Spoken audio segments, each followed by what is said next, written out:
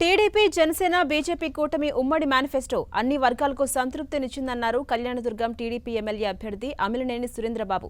అనంతపురం జిల్లా బ్రహ్మసముద్రం మండలంలో road show నిర్వహించారు. వైసీపీ మేనిఫెస్టో ప్రజలకు ఏమాత్రం ఉపయోగకరంగా లేదన్నారు.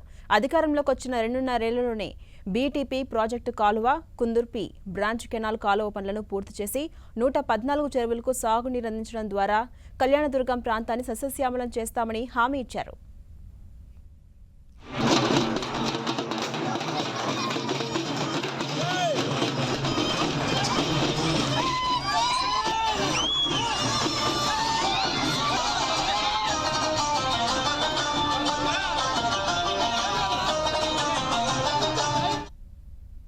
ప్రాజెక్ట్ సందర్శించడం జరిగింది. ఈ ప్రాజెక్ట్ని ఎందుకు సందర్శిస్తున్నామంటే మన ప్రజలకి, రైతులకి, కళ్యాణదుర్గ తాలూకా ప్రజలందరూ కూడా హామీ ఇస్తున్నాం.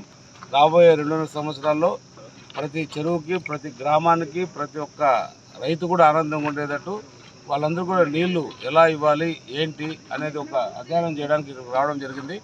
ఖచ్చితంగా ఏదైతే చెప్పామో 2.5 సంవత్సరాలు, రాబోయే 2.5 సంవత్సరంలో ఈ బీటీపీ చెరువుని నీటితో నింపడం ఖాయంగా చేస్తాను. చంద్రబాబు నాయుడు గారి సహకారంతో మొత్తం నీళ్లు తీసుకొచ్చి వాళ్ళందరికీ కూడా ఉపయోగపడేటట్టు చేస్తాను. నేను కూడా నన్నైతే గెలిపిస్తున్నారు. గెలిపించిన తర్వాత వాళ్ళు రుణం తీసుకోవడానికి నాకు ఇది ఒక పెద్ద అవకాశం. ఖచ్చితంగా ఈ అవకాశాన్ని సద్వినియోగం చేసుకుంటానని తెలియదు. అలాగే మేనిఫెస్టో చాలా అద్భుతంగా ఉంది. నిన్న రాత్రి తెలుసుకున్న మేనిఫెస్టో గురించి అది చంద్రబాబు నాయుడు గారు, పవన్ కళ్యాణ్ గారు, మన బీజేపీ అధ్యక్షురాలు అందరూ కూడా ఈరోజు మేనిఫెస్టోపై మాట్లాడి వాళ్ళు వివరంగా వివరించారు. చాలా అద్భుతంగా ఉంది. ఎందుకంటే ఎన్ని అంశాలు దాంట్లో పొందుపరిచారంటే అన్ని అంశాలు పొందుపరిచారు. ముఖ్యంగా టీఎస్సీది కూడా మొదటి సంతకం అని చంద్రబాబు నాయుడు చెప్పారు. అది నిజంగా చాలా సంతోషించాల్సిన విషయం.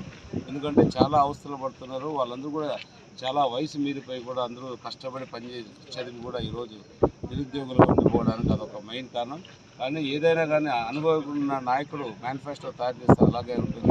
కాబట్టి అంత బాగా రావడానికి కూడా ప్రజలు కూడా అందరూ కూడా హర్షిస్తున్నారు. ఎక్కడ పోయినా కూడా అది ఎప్పుడు కూడా